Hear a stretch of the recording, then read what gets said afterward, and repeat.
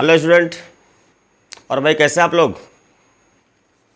चलिए अच्छा, आज की वीडियो हम वहीं से कंटिन्यू करते हैं। जैसा मैंने कल आप लोगों को कहा था कि हमारा टॉपिक चल रहा था भारत में संवैधानिक विकास का इतिहास या भारत में संवैधानिक विकास, जो मैंने अभी लास्ट वीडियो में आपको दिया था, वीडियो शेयर भी किया था। ज़रा इससे पहले हम ज़रा देख लें। इससे पहले हमने आपको बताया था भारत में संवैधानिक विकास की शुरुआत कहाँ से हुई। फिर मैंने बोला था भारत में संवैधानिक विकास जो है उसको दो भागों में डिवाइड किया गया है। पहला भाग है ब्रिटिश ईस्ट इंडिया कंपनी के अधीन और दूसरा था हमारा ब्रिटिश क्राउन के शासन के अधीन। हमने कंपनी के अधीन जो संवैधानिक विकास का चरण था, स्टेप बाय स्टेप वो मैंने स्टार्ट किया था। और मैंने सबसे पहले कंपनी की स्थापना या ईस्ट इंडिया कंपनी की स्थापना के बारे में बताया था आप लोगों को। मैंने बताया था आपको कि जब कंपनी का शासन था तब भी ब्रिटिश सरकार या ब्रिटिश पार्लियामेंट नए नए अलग अलग विभिन्न अवसरों पे अलग अलग कानून पास करके कंपनी के शासन को नियंत्रण करने काम करती थी। जैसे 1773 का रेगुलेटरी अधिनियम, 1784 का पिट्स इंडिया एक्ट, 1793 का चार्टर अधिनियम, 1813 का चार्टर अधिनियम, 1833 का चार्टर अधिनियम, 1853 का चार्टर अधिनियम। ये आपके जो है कंपनी के अधीन या कंपनी के शासन अधीन संवैधानिक विकास के स्टेप्स माने जाते हैं। चला चलते हैं, पहला स्टार्ट करते हैं, डालिए देखते हैं। पहला हमारा है इसमें कंपनी के अधीन में आया था रेगुलेटिंग एक्ट या रेगुलेटिंग अधिनियम 1773। इसको जरा देखते हैं। ये इसको पढ़ने से पहले जरा समझिए। आपको पता है कि भारत में जो ब्रिटिश रूल या कंपनी के शासन की शुरुआत जो मानी जाती है उसका वो बंगाल से माना जाता है। ये तो हर इतिहास का टॉपिक हो जाएगा, हम एक वीडियो और अलग बना देंगे। ब्रिटिश बंगाल में ब्रिटिश हुकूमत, बंगाल में ब्रिटिश शासन, ये टॉपिक हमारा अलग वीडियो बना दूंगा मैं, इतिहास का टॉपिक है वो। एक टॉपिक आता है ब्रिटिश रूल इन बंगाल। जब आप पढ़ेंगे तो वहाँ पे मिलेगा आपको बंगाल के नवाब अली वर्दी खान, नवाब सिराजुद्दौला, ये सब चीज़ें आपको पढ़ने को मिलेंगी।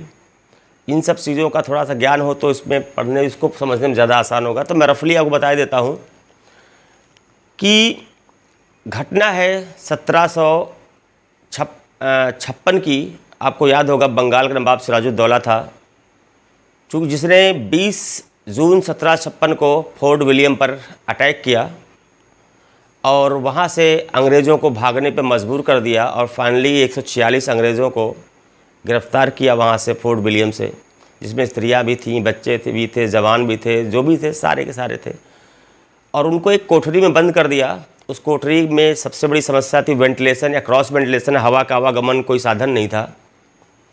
और फाइनली क्या होता, शाम को 146 लोगों को बंद किया, 146 लोगों को कमरे में के अंदर कैद कर दिया जाता है। जो सुबह दरवाज़ा खोला जाता है उस 146 से 146 में से मात्र 23 लोग जीवित बचते हैं।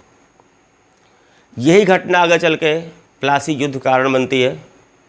ये आपने पढ़ा होगा बचपन में छोटी क्लासेस में।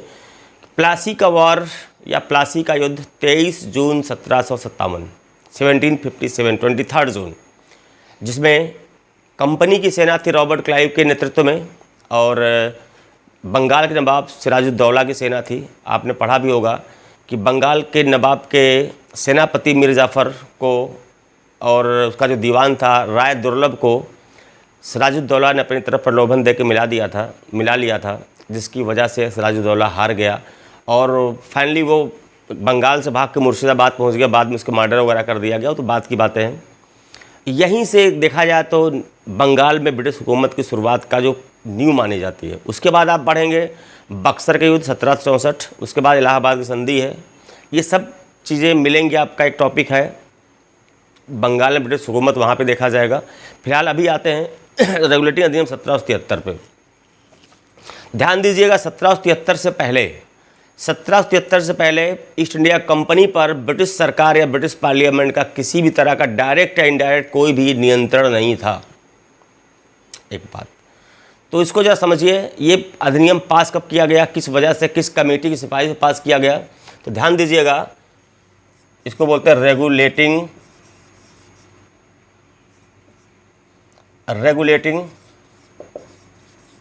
एक्ट 1773। पहली बात तो इसको जो ये अधिनियम लाया गया, एक कमेटी थी, लॉर्ड नॉर्थ थे वहाँ के पीएम, लॉर्ड नॉर्थ जो वहाँ के पीएम थे, इन्होंने एक सेक्रेट कमेटी या गुप्त समिति का गठन किया था। गुप्त समिति या बोलते हैं सेक्रेट कमेटी।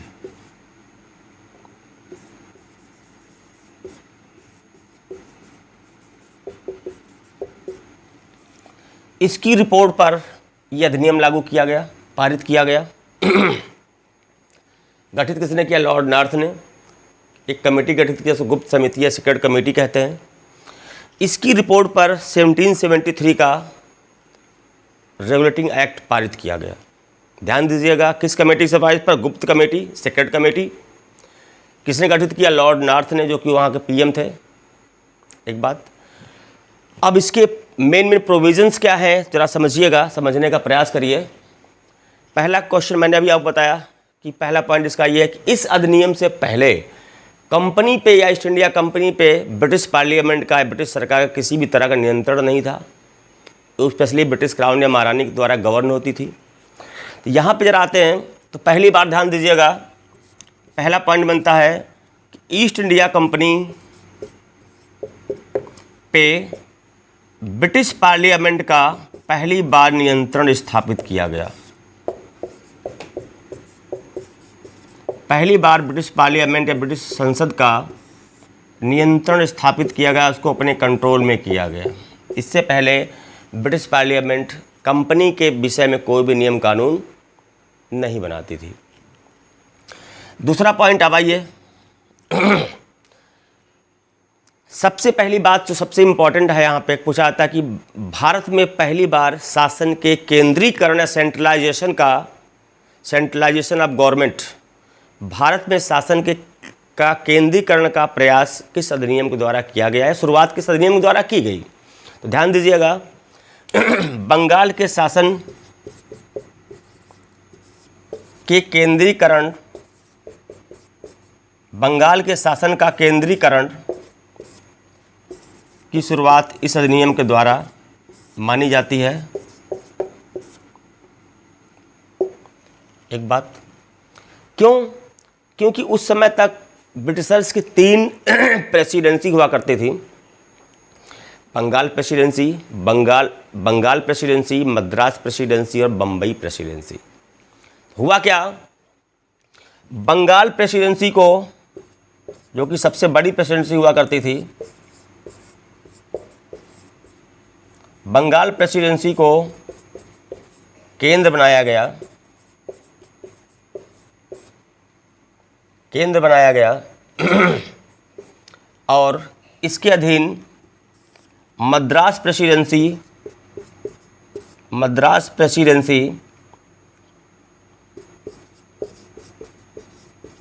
और बम्बई प्रेसिडेंसी को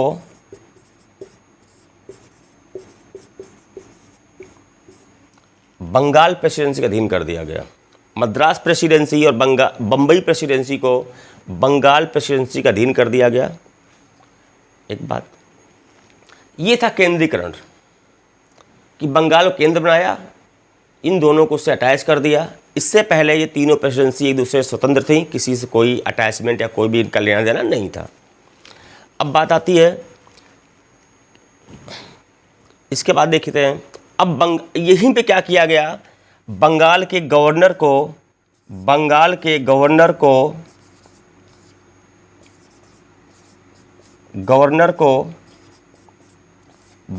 का गवर्नर जनरल बना दिया गया।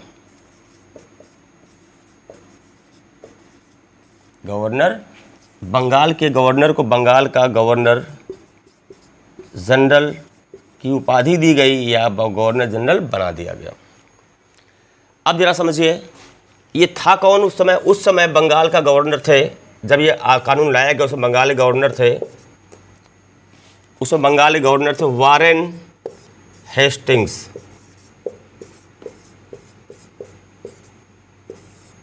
उसमें बंगाल के गवर्नर थे, इन्हीं को बंगाल का पहला गवर्नर जनरल भी बनाया गया। क्योंकि 1772 में 1772 में वारेन हेस्टिंग्स को बंगाल का गवर्नर बनाया गया था, और जब ये अधिनियम आया, ये एक्ट लागू किया 1773 में, इन्हीं को बंगाल के गवर्नर से प्रमोट करके बंगाल का पहला गवर्नर जनरल बना दिया गया। यहाँ क्वेश्चन पूछता है बंगाल का आखिरी गवर्नर, तो भी वारेन हेस्टिंग्स, बंगाल का पहला गवर्नर जनरल, तो भी वारेन हेस्टिंग्स। ये चीज़ ध्यान दीजिएगा, अक्सर पूछा जाता है, लोग कंफ्यूज हो जाते हैं। आप चाहें तब तक इसका स्क्रीनशॉट ले लीजिए, इसका स्क्रीनशॉट ले लीजिए, फिर आगे देखते हैं। चलिए अब आगे देखते हैं। अब आगे देखते हैं, देखिए यहाँ तक हो गया, बंगाल के गवर्नर को बंगाल गवर्नर जनरल बना दिया गया। उस समय बंगाल गवर्नर था कौन? वारेन हेस्टिंग्स, और उन्हीं को बंगाल का पहला गवर्नर जनरल की उपाधि दी गई या उनको बना दिया गया। अब आगे बढ़ते हैं।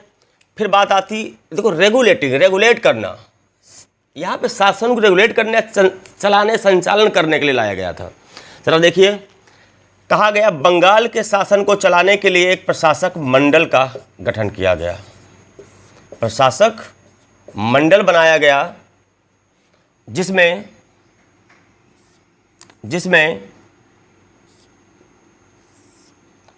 गवर्नर जनरल प्लस 4 परिषद सदस्यों की नियुक्ति की गई।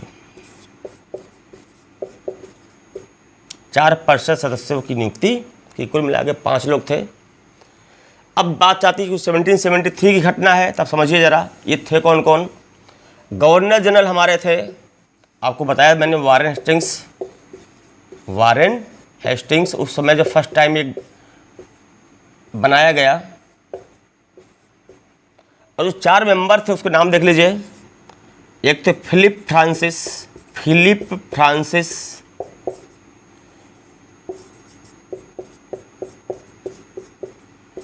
और दूसरे थे बरवेल, और तीसरे थे मानसन, और चौथा जो सदस्य था वो था क्लेवरिंग।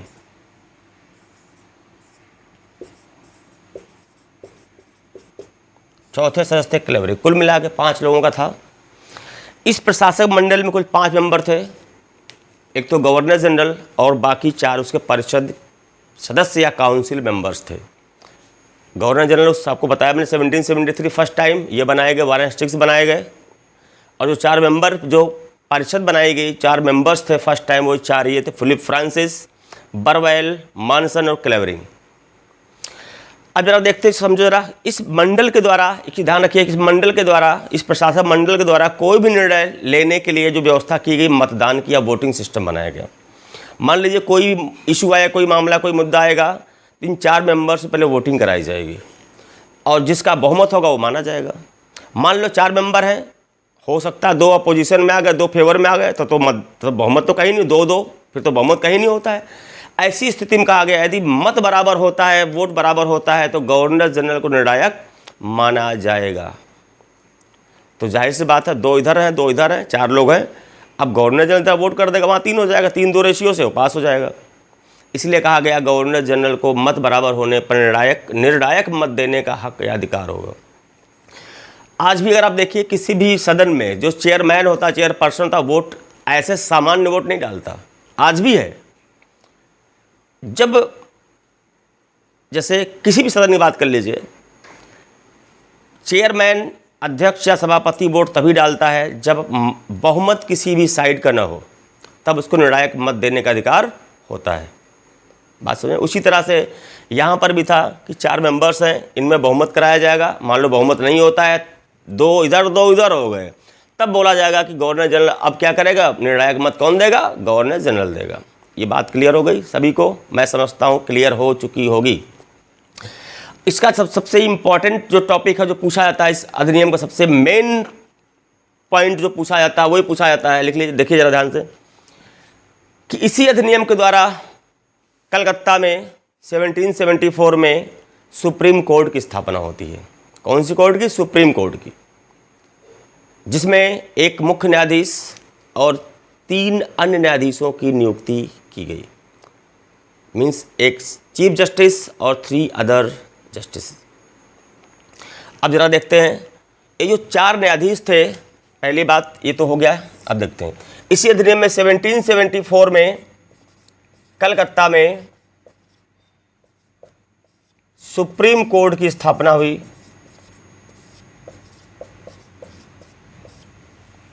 जिसमें एक मुख्य न्यायाधीश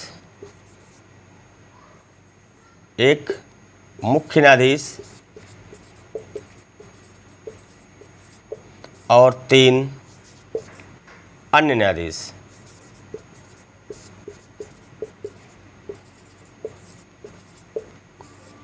और इसी ध्यान रखिएगा, कलकत्ता में जो पर्टिकुलर प्लेस था, स्थान था, वो था फोर्ट विलियम। कौन था? Fort William. फोर्ट विलियम, ये स्थान का नाम, पर्टिकुलर जो प्लेस था, इसके अंदर ही संचालित किया गया, स्थापित किया गया। ध्यान रखिए, 1773 के अधिनियम के द्वारा, रेगुलेटिंग अधिनियम 1773 के द्वारा कलकत्ता में 1774 में सुप्रीम कोर्ट की स्थापना होती है। और सबसे बड़ी बात है कि वहाँ पर 4 जजों की बात थी, एक चीफ जस्टिस और 3 अदर। चीफ जस्टिस, एक मुख्य न्यायाधीश और 3 अन्य। और बात आती है कलकत्ता में किस स्थान पर बनाया गया है सुप्रीम कोर्ट, तो था फोर्ट विलियम, जो उनकी कोठी थी, व्यापारिक कोठी थी, या जो किला उनका था। अब बात आती है जो 4 हमारे जो न्यायाधीश हैं, इनके नाम क्या हैं, जरा इसको हम थोड़ा सा देख लेते हैं। तो जरा ध्यान दीजिए, चाहे तो आप स्क्रीनशॉट ले लीजिए, नाम अभी लिखवाता हूँ मैं, स्क्रीनशॉट ले लीजिए, फिर अभी नाम नोट करते हैं। चलिए बातें आगे। अब बात आई न्यायाधीशों के नाम क्या थे, ध्यान रखिए। जो चीफ जस्टिस थे या मुख्य न्यायाधीश थे, उनका नाम था सर जॉर्ज एलिजा इम्पे। और जो अदर थे या अन्य थे, 3, पहला इसमें लिख लीजिए जॉन हाइड, दूसरे थे रॉबर्ट चैम्बर्स, या रॉबर्ट चैम्बर्स भी कहते हैं, रॉबर्ट चैम्बर्स। और थर्ड थे लिमेस्टर। ये हमारे चारों जजेस थे उस समय 1774 वाले में। अब बात आती है, ये जो हमारे मुख्य न्यायाधीश थे सर जॉर्ज एलिजा एम्पे, दूसरे जो अदर में है, पहले सर जॉन हाइड, और सेकंड है रॉबर्ट चैम्बर्स, और थर्ड है लिमेस्टर। कुल मिलाकर 4 जजेस का पैनल था ये। अब बात आती है कि अब मान लीजिए क्वेश्चन पूछा गया है अलग एग्जाम्स में, कि यदि सुप्रीम कोर्ट के फैसले से जो 1774 में इस्टेब्लिश किया गया था, स्थापित किया गया था, यदि उसके फैसले से कोई व्यक्ति संतुष्ट नहीं है, असहमत है, तो वो उस कोर्ट के फैसले के खिलाफ अपील कहाँ कर सकता है? कहाँ पे कर सकता है? समझ लीजिए, कहा गया था इस सुप्रीम कोर्ट के फैसले के विरुद्ध, सुप्रीम कोर्ट के फैसले के विरुद्ध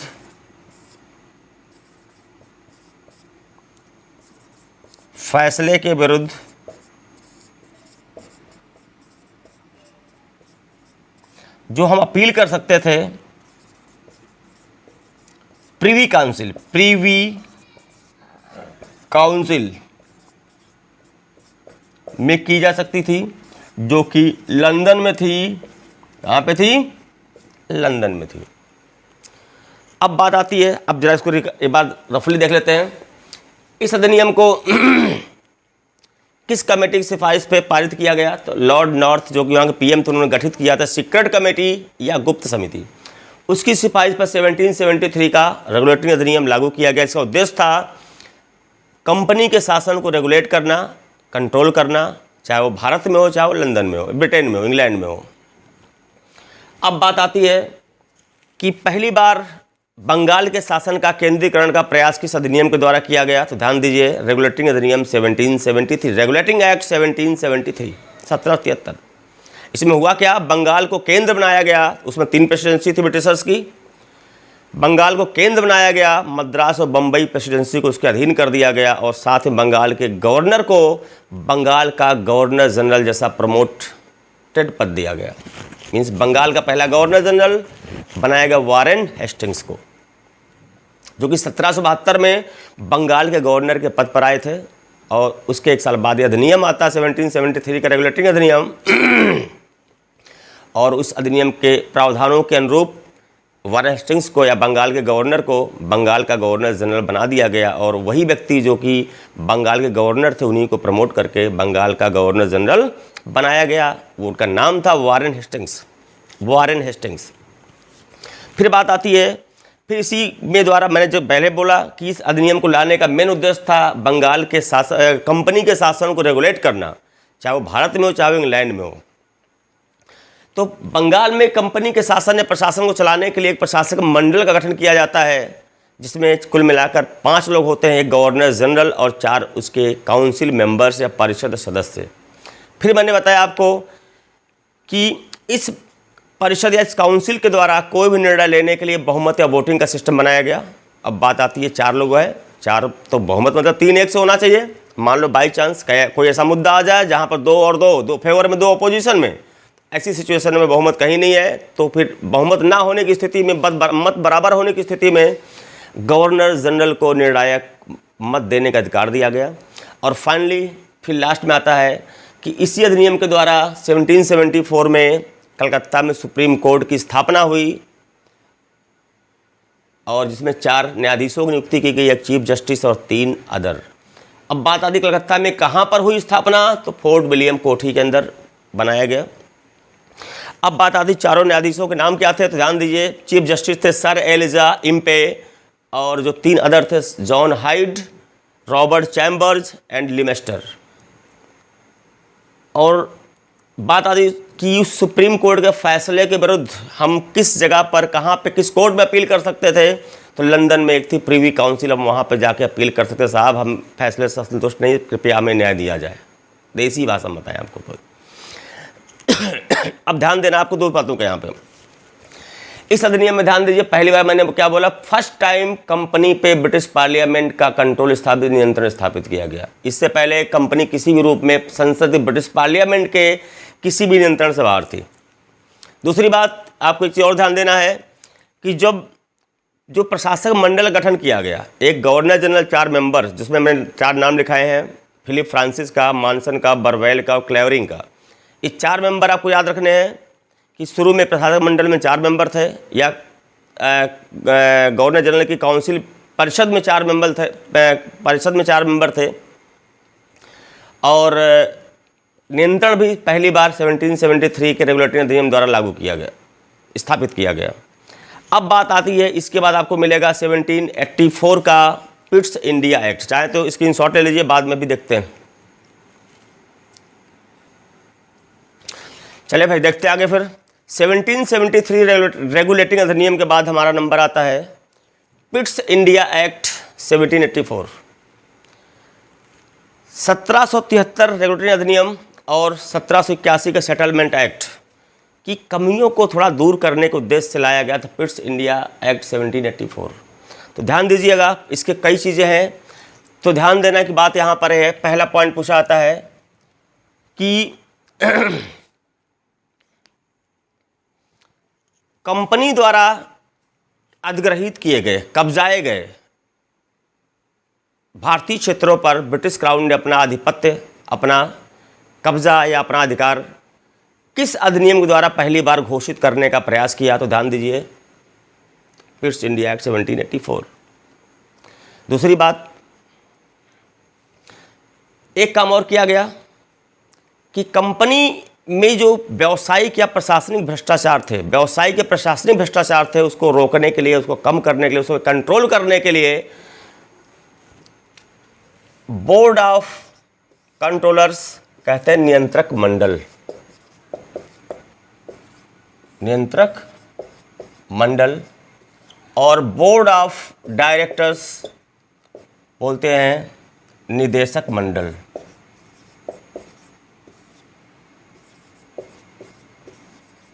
का गठन किया गया। दूसरा पॉइंट कहता है, इसका सबसे इंपॉर्टेंट है कि जो 1773 के रेगुलेटिंग अधिनियम में 1773 में जो मैंने बताया था प्रशासक मंडल में गवर्नर जनरल और उसके 4 काउंसिल मेंबर्स अपॉइंट किए गए थे, तो ध्यान रखिएगा।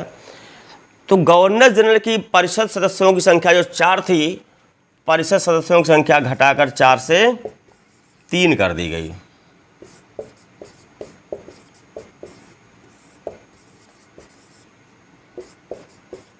जो कि 1773 वाले में 4 थी, उसको 3 कर दिया गया। और दूसरी बात, अगला पॉइंट जो आपको पूछा जाता है कि कंपनी के कर्मचारी या अधिकारी कि पे भ्रष्टाचार को नकेल कसने के लिए, कंट्रोल करने के लिए, सख्ती करने के लिए, भ्रष्टाचार कम हो या ख़त्म हो सके, इसलिए कहा गया कि कंपनी के अधिकारी या कर्मचारी, अधिकारी या कर्मचारी किसी से कोई उपहार या गिफ्ट कह लीजिए नहीं लेंगे, मतलब पूरी तरह से प्रतिबंध कर दिया गया।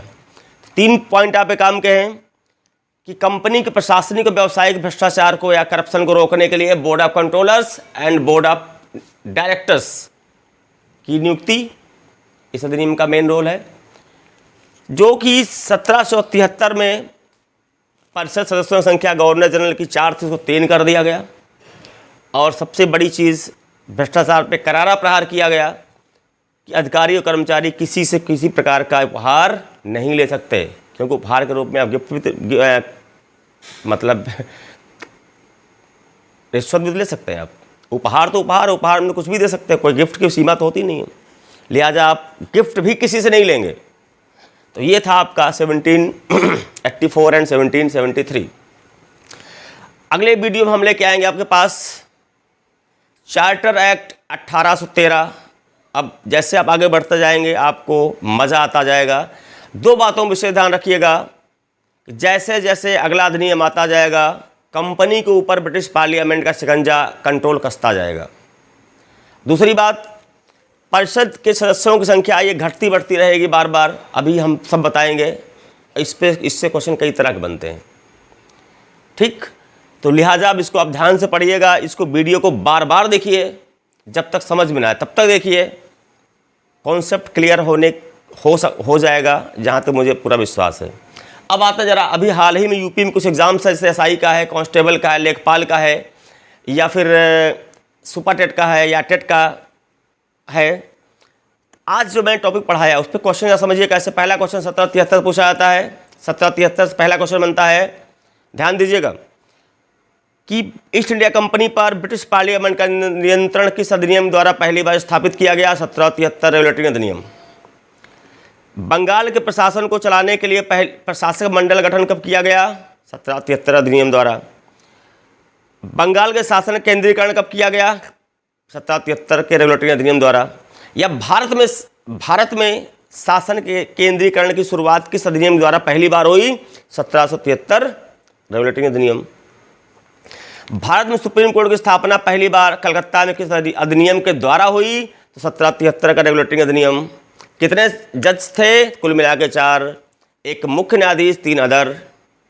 उस सुप्रीम कोर्ट के खिलाफ कहाँ पर अपील की जा सकती थी? लंदन में प्रिवी काउंसिल में। अब इसमें आ जाते हैं कि board of controllers and board of directors किस अधिनियम के द्वारा? 1784 के द्वारा स्थापित किए गए, गठित किए गए। परिषद सदस्यों की संख्या घटाकर 4 से 3 कर दी गई, किस अधिनियम में? 1784 पिट्स इंडिया एक्ट में। कर्मचारी अधिकारी को कंपनी के कर्मचारी अधिकारी को गिफ्ट लेने पर प्रतिबंध लगा दिया गया, किस अधिनियम के द्वारा? तो 1784 पिट्स इंडिया एक्ट के द्वारा। आज का वीडियो में इतना ही। पढ़िए, ध्यान दीजिए, जहाँ कोई आपको लगे तो आप लोग हमें कोई सुझाव देना चाहें, सुझाव दे सकते हैं, मोस्ट वेलकम। और यदि आप पढ़िए और फिर मिलते हैं अगले वीडियो में। अगला वीडियो हमारा होगा चार्टर अधिनियम 1813 और 1833। 1813, 1833 1813 charter act and 1833 charter act, ये दोनों अगले वीडियो में मिलेंगे आपको। तब तक के लिए बाय बाय, जय हिंद।